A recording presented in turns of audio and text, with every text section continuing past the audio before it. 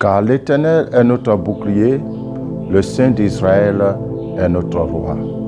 Alors tu parlas dans une vision à ton bien-aimé et tu dis, j'ai prêté mon secours à un héros, j'ai élevé au milieu du peuple un jeune homme, j'ai trouvé David, mon serviteur. Je l'ai oint de mon huile sainte, ma main le soutiendra.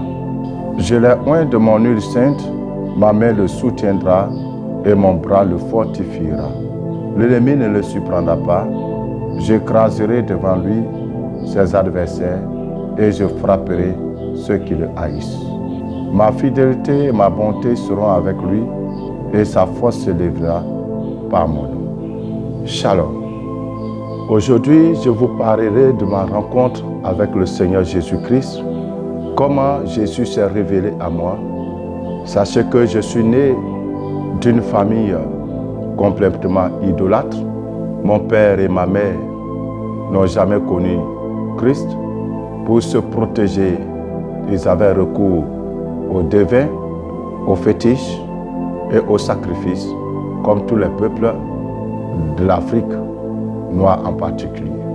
J'ai été donc élevé dans cette ambiance, selon la tradition et les rites et rituels et les coutumes de chez nous. Jamais personne dans ma famille n'avait fait l'expérience avec Jésus.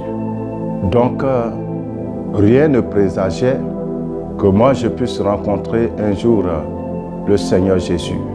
Mais un événement va se produire dans ma tendre enfance, entre 5 et 7 ans. Je vais vivre une expérience qui va marquer mon esprit, alors que personne, comme je l'ai dit, n'avait déjà fait l'expérience avec Christ et que nous n'ayons jamais entendu parler de Jésus. Un jour, dans une vision, pendant que j'étais dans les champs, le campement avec mes parents, je me retrouve en face de quelque chose que je ne pouvais pas comprendre à l'époque. Le ciel était en train de bouger de toute sa force, comme si les nuages fuyaient. À la fois, il y avait comme dans le ciel un vent et un tremblement. Et j'avais l'impression que le ciel était en train de se déchirer et de vouloir tomber. Et je regardais cette vision et je me posais la question, qu'est-ce que ça peut bien vouloir signifier? Qu'est-ce que ça peut être? J'avais comme l'impression que tout le ciel allait s'écrouler et que donc nous tous qui étions en bas, nous serons écrasés, emportés par le fracas. Cette vision est restée à mon esprit jusqu'à ce jour, jusqu'à ce que j'ai une seconde vision. Dans celle-ci, il était question du départ au ciel de ceux qu'on appelait les chrétiens. Dans mon esprit, je comprenais qu'un jour, ceux qui ont adoré Jésus seront emportés par lui à la fin de ce monde. Personne ne nous avait encore parlé de Christ. Plus tard, dans une troisième vision, ou plutôt dans une deuxième vision, puisque celle que je viens de mentionner, c'est quelque chose que j'ai vécu à mon esprit. La deuxième vision, je voyais que soudainement, des croix sortaient, s'élevaient de la terre et partaient dans le ciel. Plusieurs croix partaient dans le ciel sans la main de quelqu'un. Je ne voyais personne, mais je voyais les croix monter au ciel. Dans cette vision, c'est comme quelque chose s'est produit et ça a déclenché donc l'élévation ou bien l'ascension de ces croix vers le ciel. Je vous rappelle que moi, je ne proviens pas d'une famille chrétienne. Dieu m'a fait la grâce de le rencontrer à travers un ami de classe. J'étais alors au CM2, Godot Zouri Jean-Marie. C'est cet ami de classe qui lui était déjà chrétien, étant chez son oncle, qui était chrétien, et c'est grâce à cet ami de classe qui m'a annoncé, Jean 3,16, que j'ai donné ma vie à Christ, tout en me cachant chaque fois pour aller à l'église. Parce que j'étais alors chez mon oncle, qui lui n'était pas chrétien. Chers amis, quand Dieu trace un chemin, il te tient par tes mains et il te conduit sur ce chemin. Je me suis retrouvé plusieurs années après à l'école biblique, à Benin City, au Nigeria. Et comment je me suis retrouvé là-bas? Moi et mes sœurs et des amis, nous étions vraiment engagés dans la prière, dans l'intercession pour l'Église, cherchant le réveil spirituel, cherchant la restauration de l'Église et priant également pour notre propre vie, notre avenir. C'est au cours de l'une de nos rencontres de prière que le Saint-Esprit m'a annoncé que le Seigneur m'enverrait dans une école biblique dans un pays étranger, et le Seigneur a donné le nom du pays, le nom de la ville dans laquelle j'allais me retrouver. Je ne connaissais rien du Nigeria, de l'école biblique. 2 ans après, le Seigneur, dans sa grâce, me fait l'honneur de rencontrer un serviteur de Dieu venu du Nigeria. Et c'est par son canal que je me suis retrouvé à All Nations for Bible Institute à Benin City, au Nigeria, école fondée par le révérend Benson Idaoussa, qui a été rappelé par le Seigneur. C'est dans cette école que le Seigneur va transformer beaucoup de choses dans ma vie. L'aspect académique m'a impacté, mais ce qui m'a transformé est autre chose. Une nuit, aux environs de minuit à 1h du matin, le Seigneur m'a réveillé. Et je suis sorti donc du dortoir. Il y a un endroit dans notre couloir où j'avais l'habitude de me retrouver pour la prière. C'était mon hôtel de prière pendant que tout le monde dort. Parce qu'il ne fallait pas faire du bruit à partir de 22h. Donc j'étais dans ce couloir, étant invité par le Seigneur. Et soudain, ce lieu où j'étais, oh alléluia, j'ai vu une lumière descendre progressivement. Elle n'était pas violente. Elle est venue à la fois soudainement, mais à la fois en douceur. Tout était confondu dans le même temps.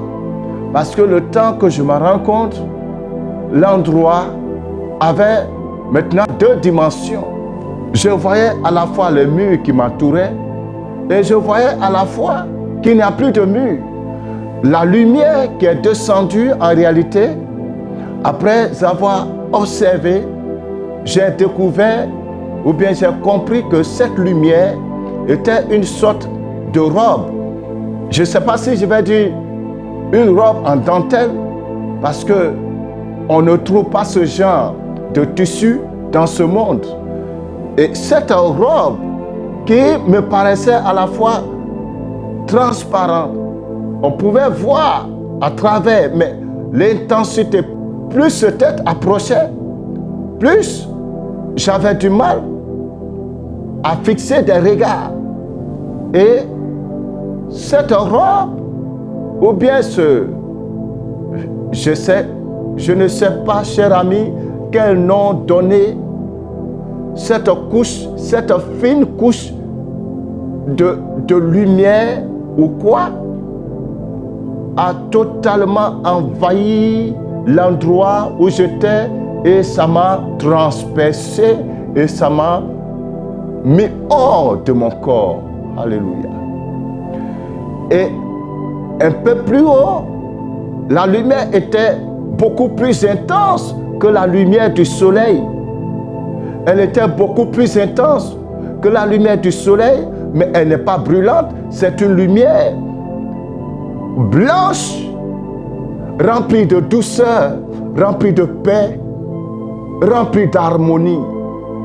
L'épicentre de cette lumière était tellement intense que quand j'essayais de regarder, de fixer, j'avais comme l'impression que mes yeux sortaient de leurs orbites. Et je voyais à travers cette, je dirais, robe, comme la forme des membres, mais dont je ne peux pas exactement décrire la couleur. Était-ce une couleur qui tirait sur du bronze? Je ne peux l'affirmer. Mais tout dégageait la gloire. Tout dégageait la gloire. Tout dégageait la gloire, la douceur, la pureté. Alléluia. Tout dégageait une telle pureté, une telle pureté, une telle sainteté. Il y avait de la magnificence. Et cette présence était majestueuse. Une présence majestueuse. En face de cette présence, comme je vous l'ai dit, je me suis retrouvé comme hors de mon corps. Parce que je voyais un autre corps qui était couché, qui était moi. Et pendant que cet autre corps est couché, que je voyais que c'était moi, mais il y avait un autre corps qui était là, qui regardait. Oh mon Dieu. Oh mon Dieu.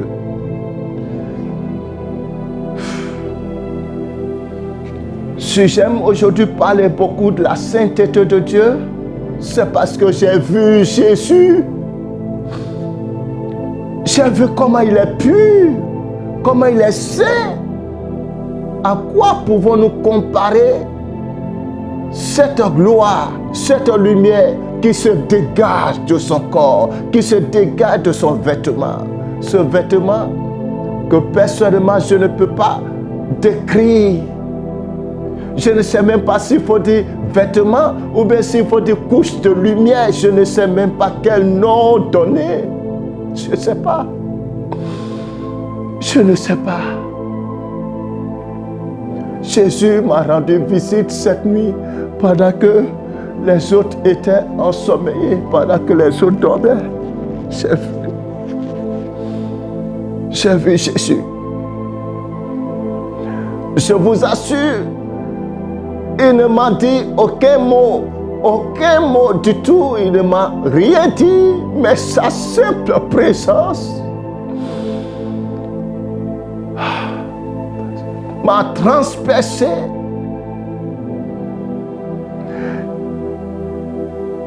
Et m'a donné de comprendre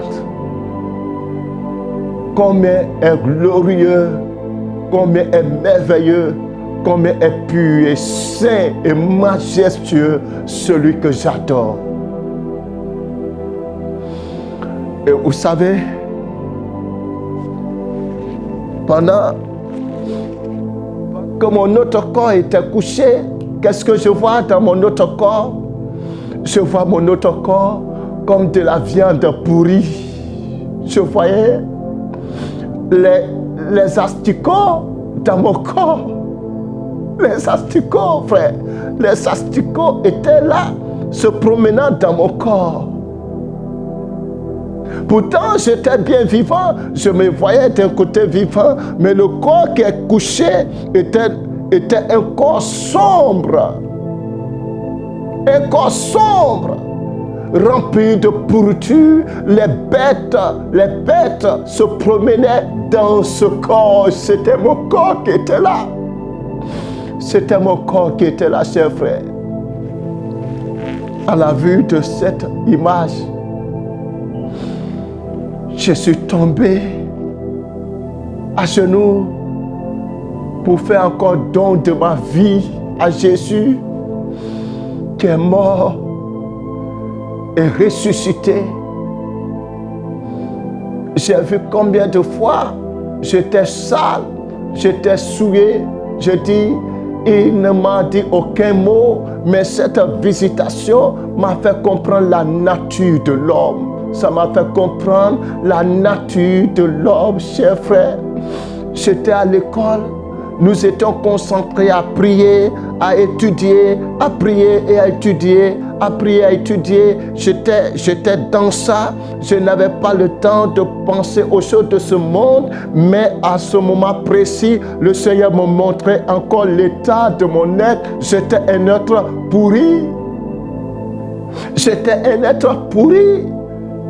J'ai compris que la chair n'a d'aucune utilité.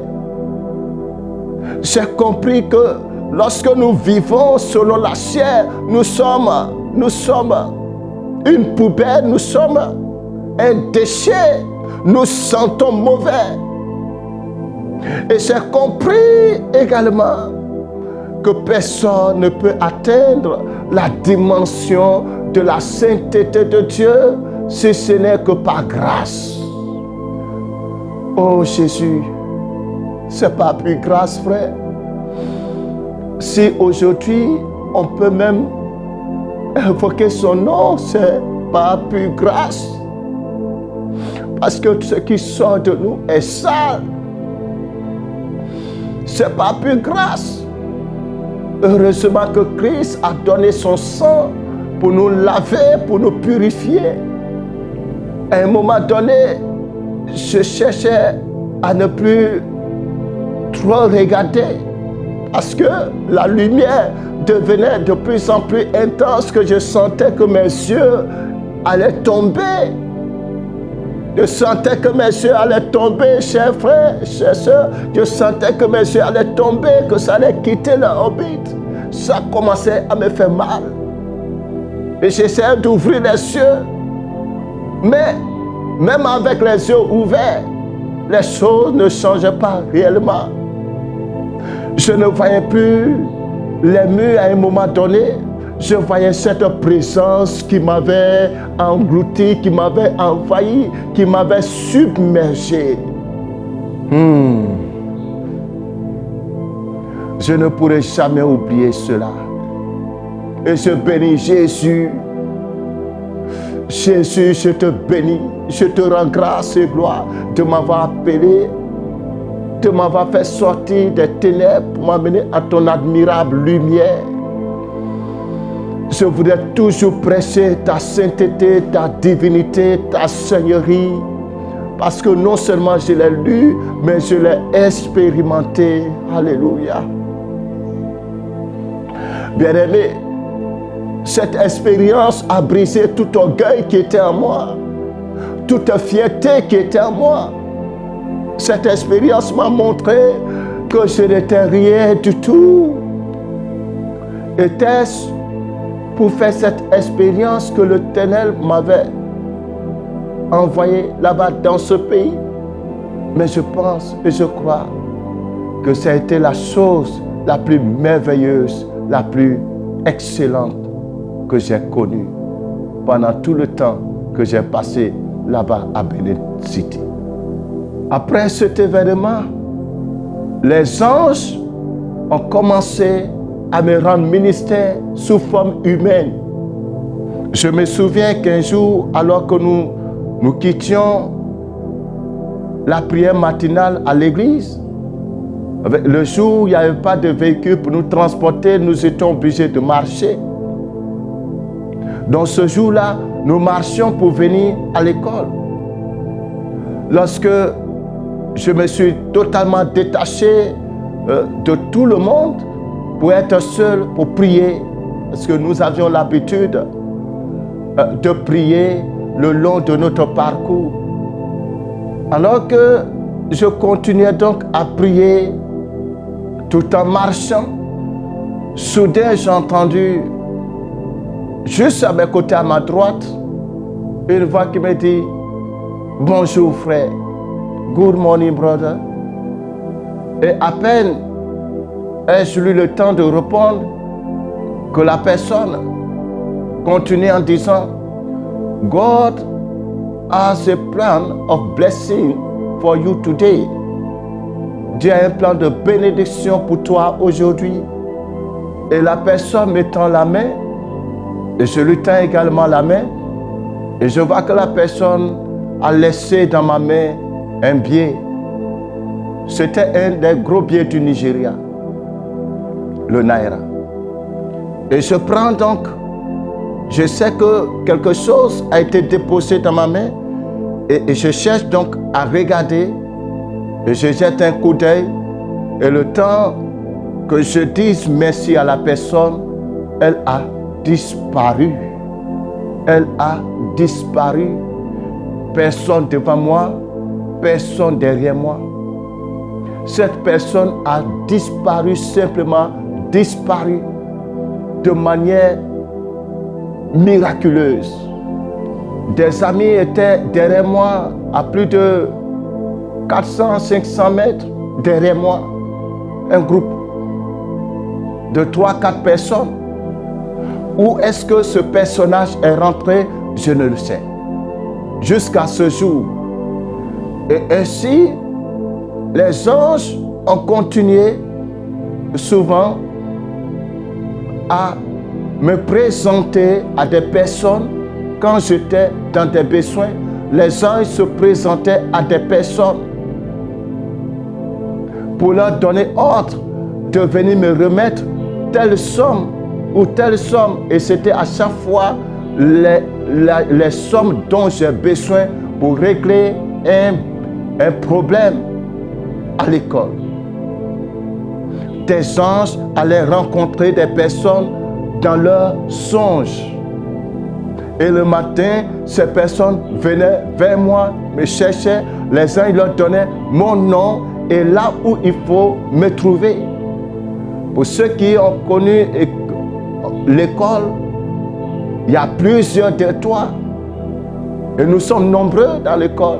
Donc, à part ceux qui sont de la même classe que toi, c'est difficile de connaître tout le monde par le nom.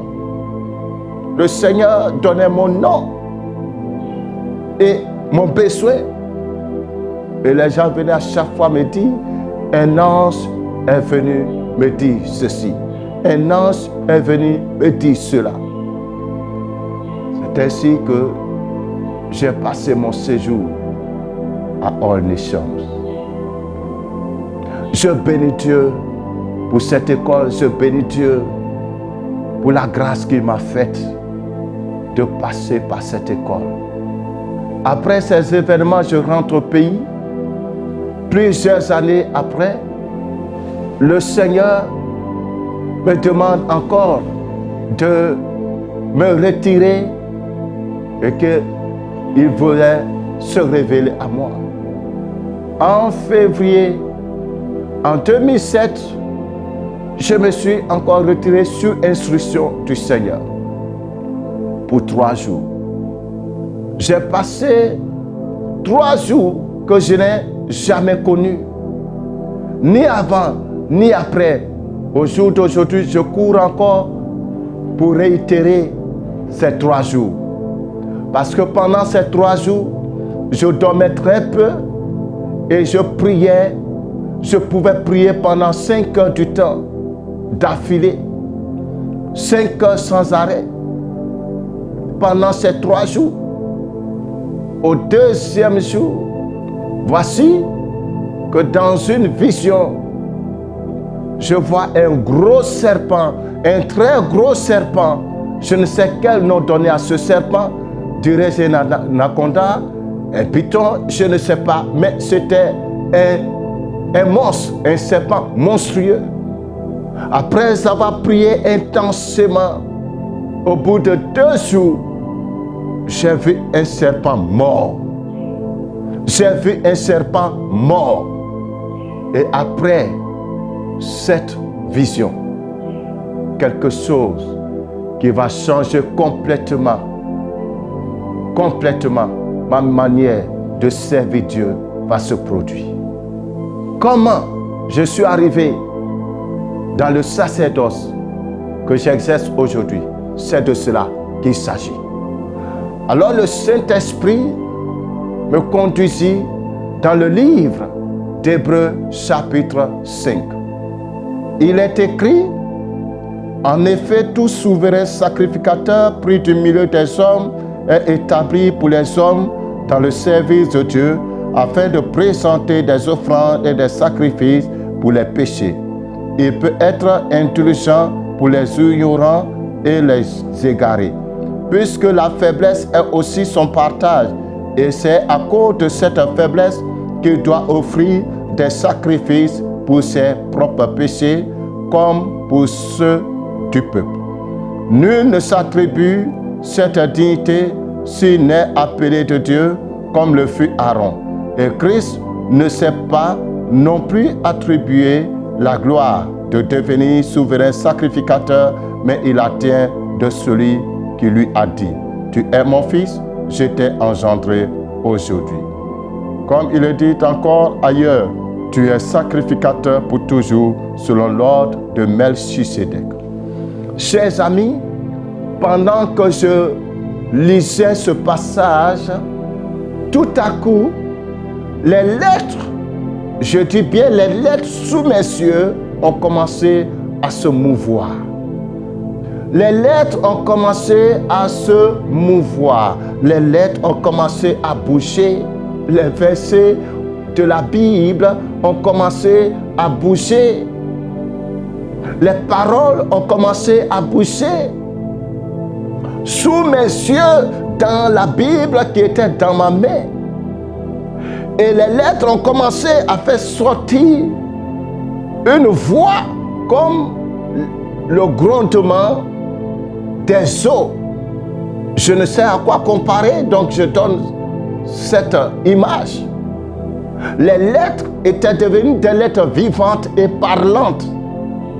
Et arrivé au verset 4 jusqu'au verset 6, je ne pouvais plus m'asseoir. Je ne pouvais plus tenir.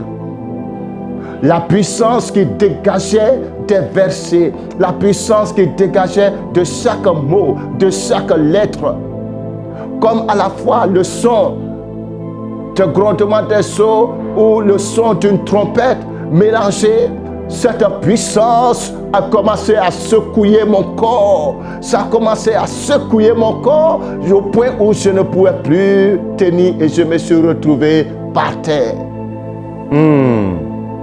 La parole de Dieu est esprit. La parole de Dieu est vie. Elle est vivante. Lorsque j'arrive enfin à me relever, tout en étant sous le magnétisme de cette expérience, je vois devant moi, alléluia, je vois devant moi le souverain sacrificateur, selon l'ordre de Melchisédek. Il m'a brouillé un peu son visage. Il m'a brouillé un peu son visage, mais je pouvais voir son accoutrement. Je pouvais voir son accoutrement de la tête jusqu'en bas. Je pouvais voir. Voilà, je pouvais voir son accoutrement. Et il avait dans sa main des vêtements sacerdotaux. Et cet homme est venu jusqu'à mon niveau, à quelque distance. Et j'entends la voix me parler. Je te choisis comme mon sacrificateur pour cette nation. Oh, gloire. Et il enchaîne. Je te donne les attributs de sacrificateur. Et je voyais que les vêtements qui étaient dans sa main, je ne sais pas par quelle manière, mais en même temps que les vêtements sont dans sa main, en même temps, je vois que cette même main jetait ses vêtements sur moi, et quand il soulève un vêtement pour le jeter sur moi, immédiatement le vêtement m'est porté. Immédiatement le vêtement m'est porté. Jusqu'à ce qu'il finisse de me revêtir de toutes les pièces du vêtement qui était dans sa main. Et il a disparu sous mes yeux. Et après cela, je vois la carte de la Côte d'Ivoire. Je vois la carte de la Côte d'Ivoire. Cette carte que nous connaissons. Et la carte s'avance vers moi, et à un certain moment, la carte prend une autre forme, une forme transparente, une forme comme un globe, transparente. Et cette carte, je ne sais par quelle méthode, par quel mécanisme, cette carte entre et fusionne avec mon corps. Je l'ai dit, et la voix me dit, je t'ai choisi comme mon sacrificateur sur cette nation.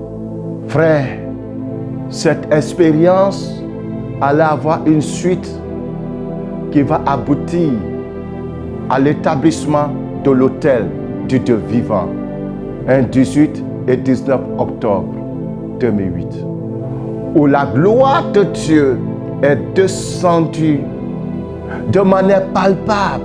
Cette nuée s'est répandue dans la salle.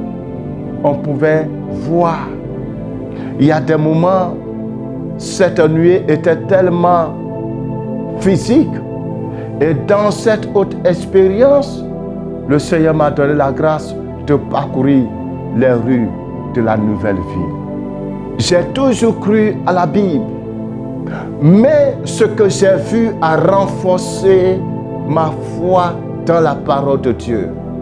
La ville existe. La ville existe, frère. Je n'ai vu qu'une partie, une petite partie de cette ville. Je me suis retrouvé à 3 reprises dans les rues de cette ville. Le Seigneur ne m'a pas permis de voir beaucoup de choses, mais je me suis vu dans une rue de cette ville. Était-ce la rue principale? Je ne le sais. Mais je voyais au fond de la ville comme un centre, comme un épicentre, comme une épicentre d'où provenait cette puissante et glorieuse lumière qui couvrait toute la ville. Et les rues ne sont pas faites de goudron, les rues ne sont pas faites de marbre.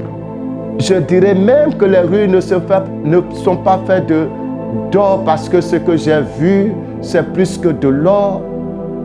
Si c'est de l'or, alors c'est de l'or d'une autre qualité. Si c'est du diamant, c'est du diamant d'une autre qualité. C'est une matière qui est d'une autre qualité, quelque chose à travers de laquelle tu te vois.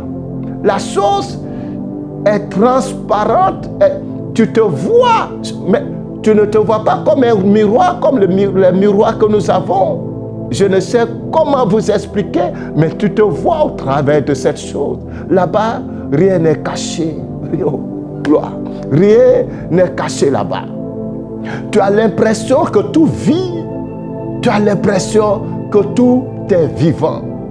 Une rue où tu ne vois pas un endroit où on a colmaté, où on a collé des choses, où on a collé des pièces.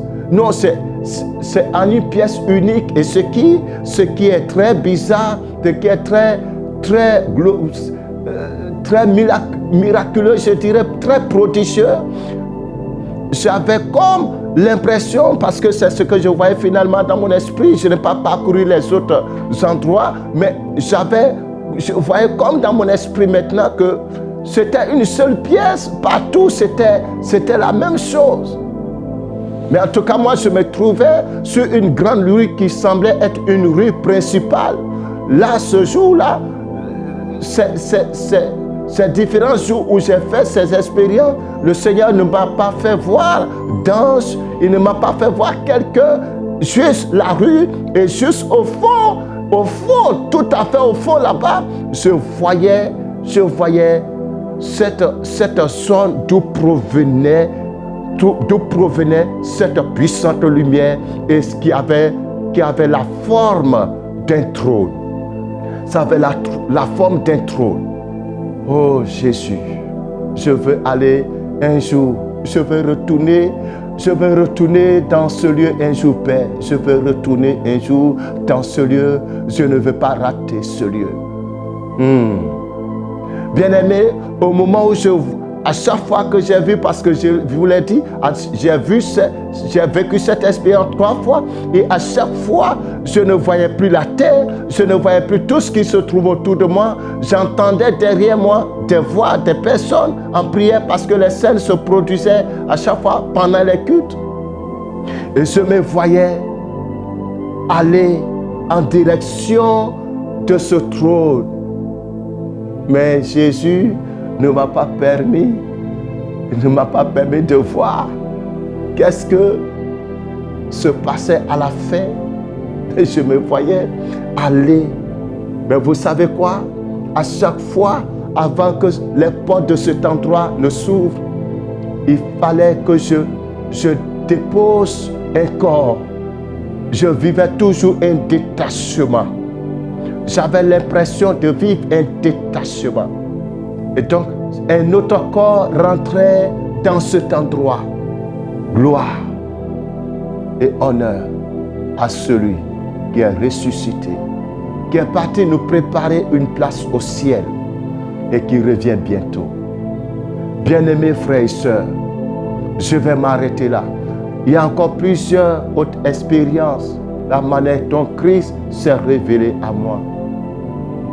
Mais je vais m'arrêter là pour vous dire, chers amis, Jésus est réel. Il est saint. Il est vrai. Il n'y a aucune ombre de variation en lui. Je vais vous dire, chers frères, vous pouvez rater tout dans ce monde, mais faites tout, faisons tout pour ne pas rater le ciel. Pour ne pas rater le ciel. Si tu tombes, relève-toi. Répands-toi, relève-toi pour ne pas rater le ciel.